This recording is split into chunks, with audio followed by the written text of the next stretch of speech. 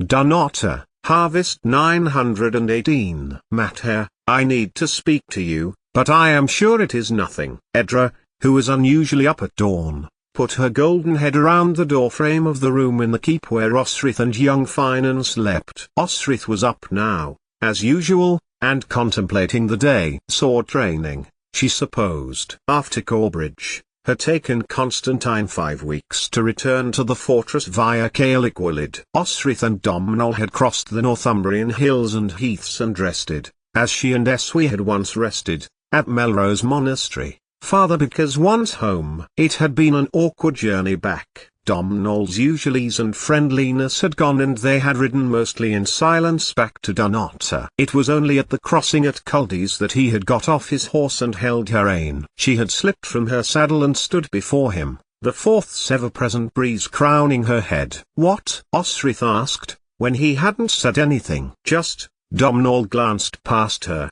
to the west. "Sometimes, it seems so long ago that I was a young, intemperate man and you were the bastard boy who had come with my shit-faced cousin over the northern sea. I saw you fight," Osrith told him. "At Corbridge, the Norse fled you and your banner. They knew they were fighting and knew I kneel." Domhnall smiled and looked at his saddlebag. The red hand of the north of Irian, painted with ground ironstone and set with sorrel leaf extract. It had been his mother's, presented at Team Reach, Tara, where she had travelled with her father, King Constantine, to be wed to find Lyath, High King of Irian. Domhnall had told her that, once, when he knew he would be having to leave, when Flansinna took over the High Kingship, and things were thawing between them following his behaviour at the Tara festival. Osrith always wondered about how they had become allies, become friends. And he was probably right, about Constantine, and his using of her for his own gains. But Donata was her home, and Constantine was her king. As close to being family as she could be without being Gaelish herself. But now she was going to be related to Constantine. Sainid was his cousin through his mother's family, and owned land which had, over the centuries, belonged at hand the Picts and the Bernicians. The border was nebulous, but what was fixed deep in the culture of the Picts and the Angles who had warred over the land, was Berwick. The land north of the Duide was a stronghold, not of stone and warriors as Bibbenberg, but possibly even more important, it was farmland. Men needed food, and the land which Osrith would manage fed large swathes of the surrounding land. And, Osrith had hypothesized, she was going to be afoot in each camp in disputed land between Pitland and Northumbria. She would, through marriage, be Pictish, and by birth Northumbrian. Should Edward, or Aethelstan, or even Eutod when he eventually took Bibbenberg, set their sights on Alba, it would benefit Constantine greatly that a lay warrior controlled this buffer land. As Osrith had heard her brother saying about Alfred, after he had died, Osrith also thought it apt here, the bastard thinks. "When I marry, Constantine will no longer be able to say what I do," she told Domhnall. "I will be mistress of Berwick, master of it. Sainid will not be able to resist returning to Donata, or at least command men for Constantine, I know this. And I will be able to raise young Finan away from the palace, give him a purpose, show him his culture." It meant everything to Osrith when Domhnall smiled and nodded. At last he understood, at last he knew why she was doing what she was doing. Had Muir not done the same for her own children, securing their place by marrying Flansinna? What else would be done, other than tear herself from the land and return to Alba? Domhnall and kneel at her one side, Malcolm, Maldub, her young nephews at her other. And, as they crossed the Forth River, Osrith stole some glances across to Domhnall and felt the fixedness of friendship in her chest. It was how she was feeling now when her daughter stood before her, concern on her beautiful face. Osrith smiled. "Edra?" Osrith moved her head to her adopted daughter. "Is it Anlaf?" "It is Anlaf." Her face lit up, but then fell again. "Edra, you do not need my permission," Osrith said, taking her hand and pulling her down next to her. "I took you, fed you myself because I had milk and your mother had died, and brought you somewhere safe." She rubbed her head as Edra looked at her. "And you have repaid me thousandfold by being the lovely young woman that you are." She sighed, and glanced to the window, where two wrens were having a singing competition. I was not here for a lot of your time growing up. It's not surprising young Finan does not listen to me because you did my job with him. It is not surprising that my opinion is not as important to you. Osrith broke off. Not as important as Constantine was, she thought. Edra would listen to her adoptive father in an instant, sit close to him when she could, to hear him speak. She adored a king. There was a gap between her and Osrith. Mater, Edra declared, with a cry, and leaned back to look at her mother's face. You are most important. You gave me your name. You saved my life. I never had the right words to say, the tender words mothers know to say to their children, Osrith went on, sadly. Oh Mater, Edra cried, clinging to Osrith again. The words you say, they are most important. From Osrith's middle, the young woman's voice came, muffled, in the same way as she used to do when she was a child. Ather says I can choose, and I have asked if Anlaf can visit again that I may know him. By Ather she meant Constantine. That's sensible, Osrith agreed. And then Edra pulled her head back up away from her mother, and gave her a worried look. It isn't that, it's Finan. Edra's voice trailed off. Osrith froze, the warning in her daughter's voice clear, and she looked across to her son's sleeping form. What is it? What's wrong? Nothing, Edra replied, hurriedly. He grows up healthy and happy, and Elasade is pleased with his development. Then, it is Ather, Edra went on. I thought I was going mad when I first heard him. And she looked at Osrith with her bright, blue eyes, Thyra's eyes. I heard him call Finan by Ildub's name. Ildub's name? Osrith echoed, as she repeated Edra's words again in her own mind. I thought I had misheard, but no, I asked Elasade, and you answered, the captain. It is probably nothing, Osrith said, and took Edra's hand. Constantine does not like things to change, and although he has determined I am to marry tomorrow, he is probably being forgetful. Or, is he going mad like Domhnall did? The question came to the back of Osrith's mind. But then, a flurry of talk about Elasade's plan for her flowers and the dread of the idea of a gown that had been made for her filled the bedchamber, and Osrith wondered whether the better idea might be, instead of all the frills and the fluff, would be to steal a horse from the stable and take Sainid with her, to a place far away, and be married. Only the two of them and a priest. And the linen has been pressed and hung in the tower, so it can flatten. Edra went on. At least there was someone who cared about these things, and it occurred to Osrith that, like funerals, weddings and the ceremony and tradition that went with them were not necessarily for the two people involved.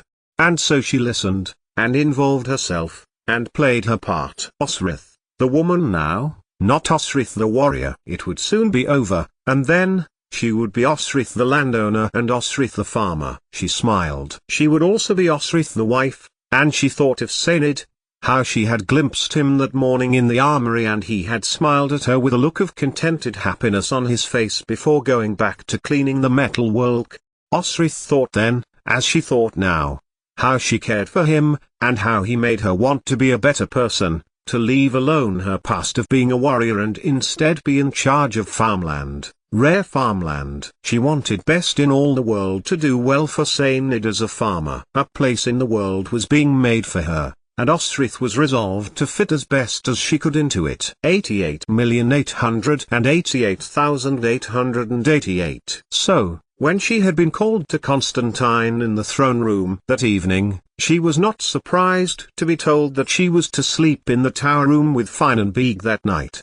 Men will guard you, he went on. Yes, Osrith agreed. A ceremonial guard, symbolic of her last night of being an unmarried woman. He leaned forward in his throne, kingly resolve on his face now, no trace of their former intimacy. The priest will be here, in the chapel, he went on. And I will walk beside you and give you to Sainid. Osrith nodded. Elasade had already told her several times of the Gaelish and Pictish traditions, but it seemed to soothe Constantine to tell her himself. And I trust you will be very happy with my cousin. His lands are sizable. You will make a good mistress of Berwick. Thank you, Constantine, she replied, and bowed her head. As she did so, Osrith noticed Constantine's face flicker. disapproval at her familiarity, or something else? We will feast. It has been a long time since we feasted. And you will leave the next day for Berwick. Thank you, Osrith repeated, then could not help herself but to take some steps towards Constantine. Your grace and generosity are God-given. He seemed to be pleased to hear that, and bowed his head. My son will like the sea, she added, as Constantine got to his feet, indicating the audience was over. Constantine stopped moving, and threw Osrith an icy look. No, he told her, Osrith's resolve to the future coming undone at a stroke. You are going to Berwick, you insanid. Now, Constantine concluded, go, and make your preparations. You will have a long day tomorrow. 88,888,888. Osrith had to excuse herself from the wedding plans in the end and leave Elisade and Edra in their arrangements. None of them seemed to need her input anyway, and so she took herself off to the village. It made her feel good to be there, and she went to the church, which Gregor had burned, ending so many lives in flames. Even Dagds. He had handed her his short blade, and gone in, determined to save lives. She looked at the ghost of the church, and imagined what life she might have had, married to him. She had been pregnant with Constantine's child. Dagd had said they would raise the child. He had said he would not determine whether she would give up being a warrior.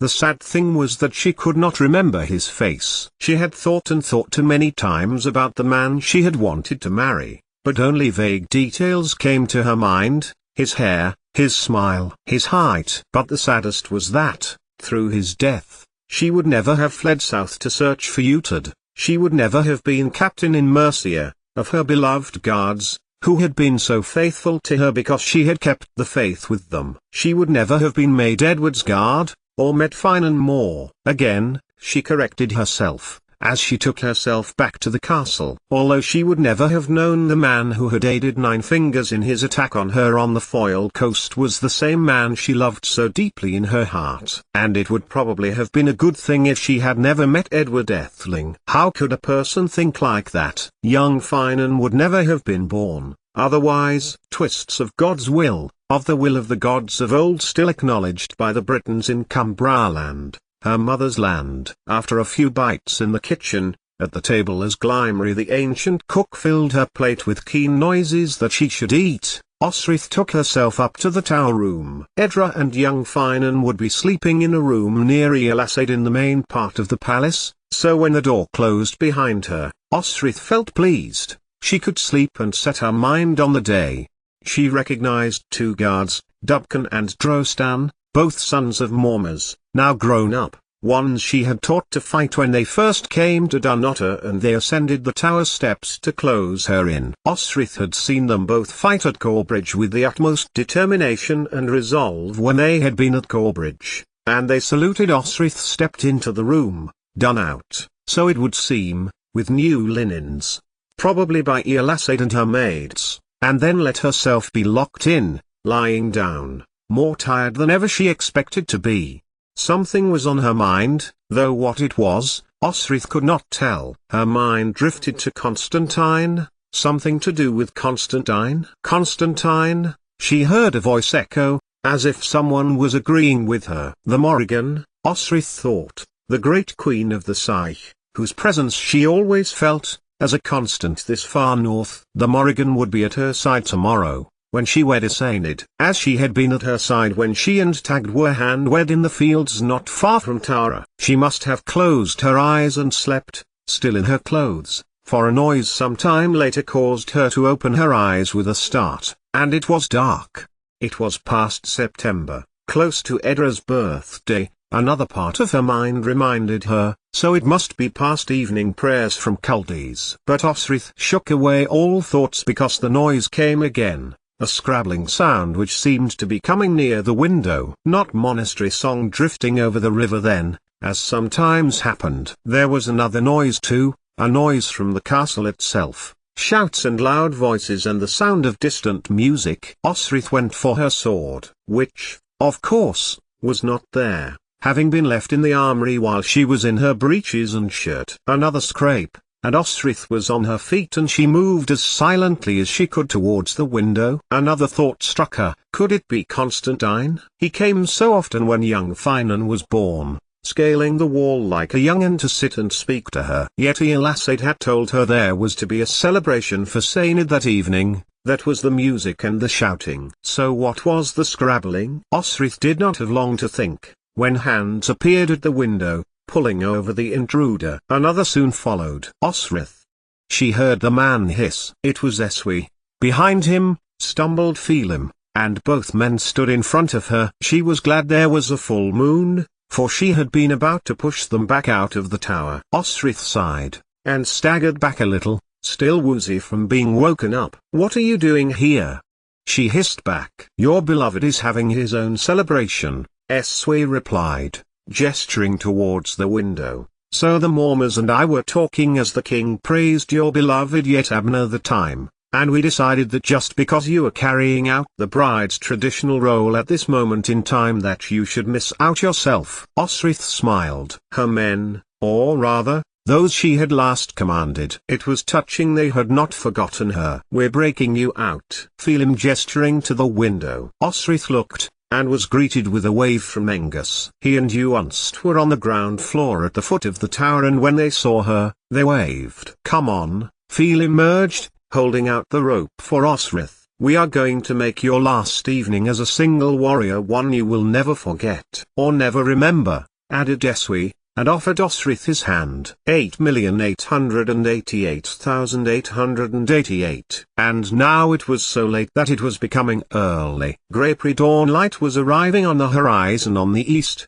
and the men were still bringing themselves more ale. Osrith, despite her better judgment, had been drinking, and was sitting between Engus and Eswi as they and the half-dozen captains, with Uunst and Phelim ensuring no one had an empty jar, laughing with the rest of them. It had begun with praise for the bride-to-be.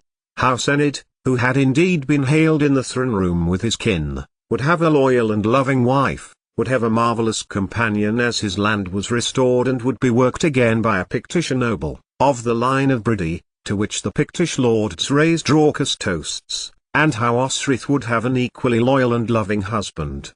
Then, it had begun to degenerate. First when a betting grid had been scored onto one of the table boards and they had begun to gamble with, at first, stones, and then pennies. This changed to the familiar who's next to come in game, which the mercenaries, Osrith remembered with good-humoured happiness, liked to play.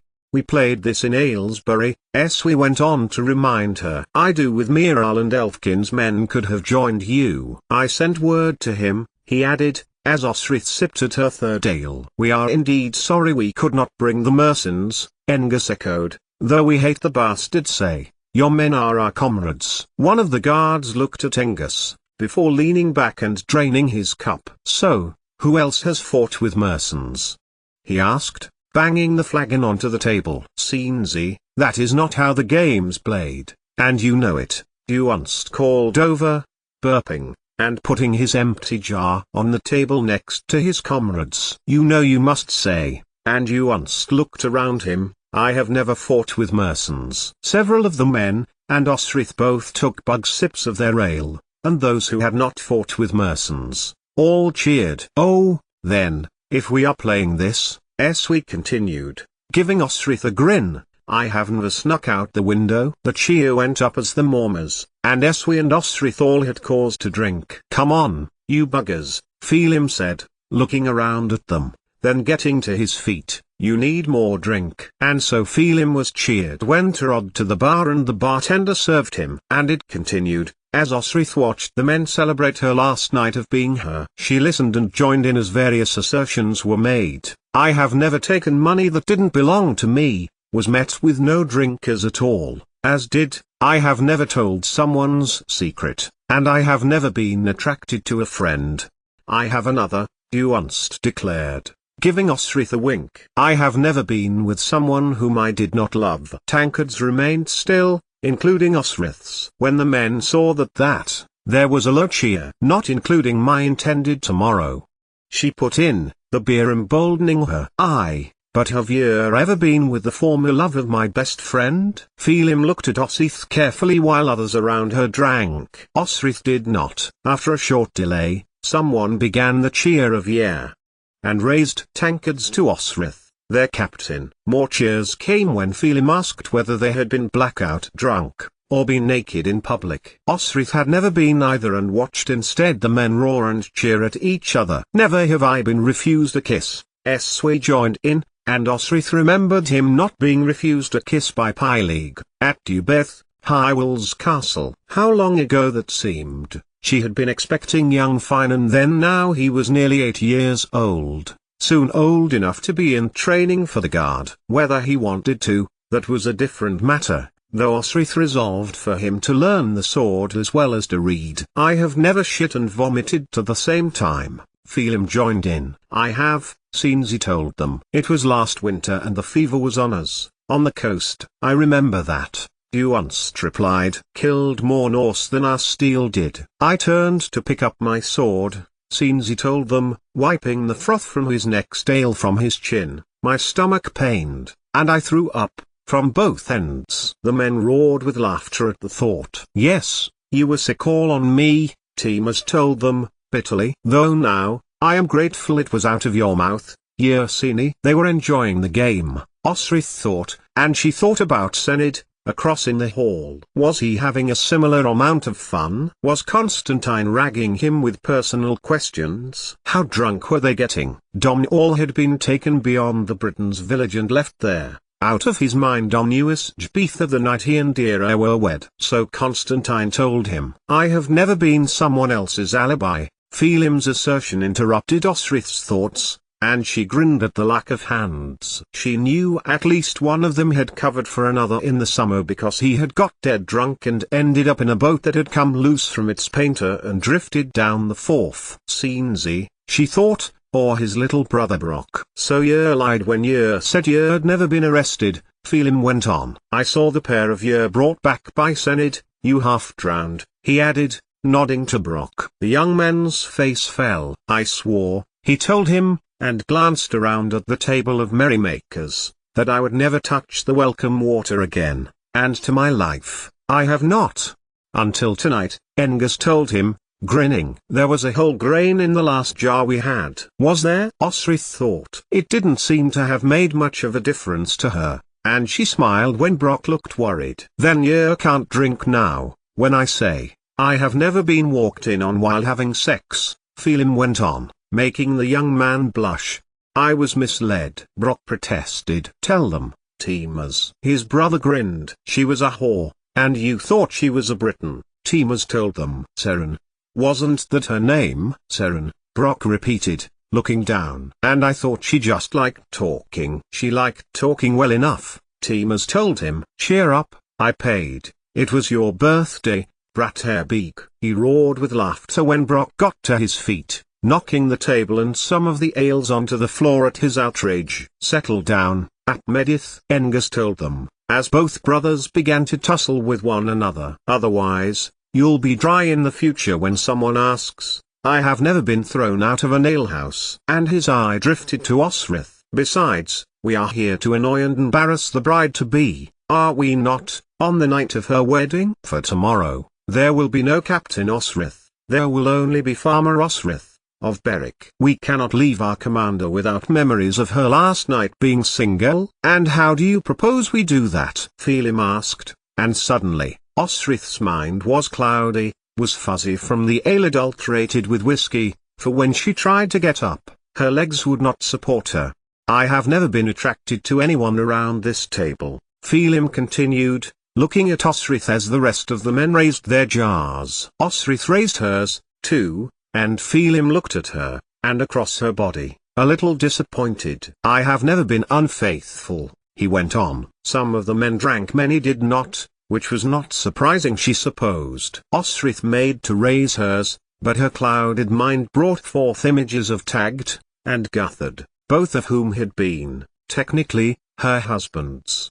If Guthard had only been dead these last few years, it made her unfaithful to him, with Edward and Constantine. And Finan, she added. And she told herself that she was a warrior, and did as warriors did. Many were unfaithful, and besides, she had not wished to be married to Guthard. I have never been to a whore, Phelim continued, and Osrith looked at him. Had he been there when she had been in Mrs. company? She was not a whore by economic necessity, and it had just been a kiss. Osrith noticed that, at the table, a woman was standing, fair-haired. She could only have been about Edra's age. "Come on, Captain," Phelim added, moving along the bench so that the young woman could sit between them. "Meet Maggie. She really wants to meet you." So to the sounds of cheering from the table, Maggie sat beside Osrith, and placed a hand on her leg. "Oh," she said, in amazement, "you really are a woman then?" She bent her head. "I've seen you fight,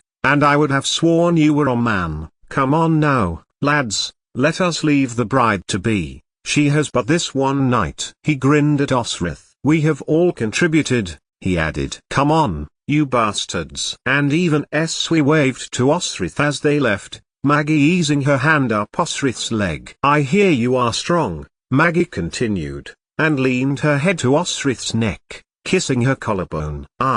But whatever else Maggie was about to say, Osrith got up, sharply. She nodded to the whore, and then stumbled towards the door, alone, looking out into the early morning. The sky was clear and the air cold. It caught Osrith's head and made her dizzy. Unused to drinking, her head was hot, and she pulled at her jerkin, supporting herself by one of the trees that lined the river. Not dizzy enough to not know that there was a fast-flowing death trap just below her, and Osrith eased her way along the bank towards Dunotter, one tree at a time, catching her breath at each one, the tower in which she was supposed to be sleeping coming slowly into view.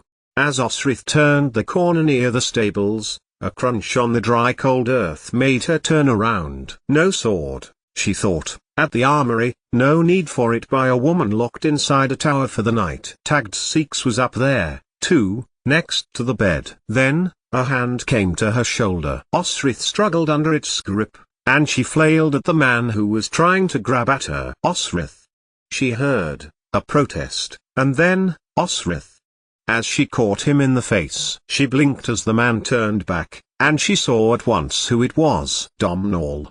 she exclaimed. "What are you?" "I came up to find you, and saw you going down to the alehouses with their warriors," he told her. "So I followed you, to make sure you got back all right." "Phelim," he added, with a hiss. I knew he was up to something. Up to something like Maggie, or spiking the drinks? Osrith asked, now feeling lightheaded, and finding the situation, now she was in Domhnall's company, amusing, or something. Domhnall told her, could have been stripping you naked and tying you to a tree. That's what they did when Davy got married. But, I suppose, he glanced to Osrith and then to the tower. Did you climb down? Yes. And I need to be back up there when Constantine sends, well, you I suppose, to bring me down for the wedding. He wants it done properly, doesn't he? Properly meant all of the ceremony of the wedding, the customs and the rituals, one of them being the summoning of the bride. And Osrith could hardly be summoned if she were this side of the tower. Come on, Domhnall told her. The rope's still there. I'll climb up, and you can come up after. I'll help you, he added, as Osrith's doubt was writ on her face. She followed him across the ground, and up to the foot of the tower. The stout, hearty rope was indeed there, and Domhnall scaled it with ease. Less easy-footed was Osrith, and she tried to press her feet to the wall, her arms seeming to flow around her as she tried to push up.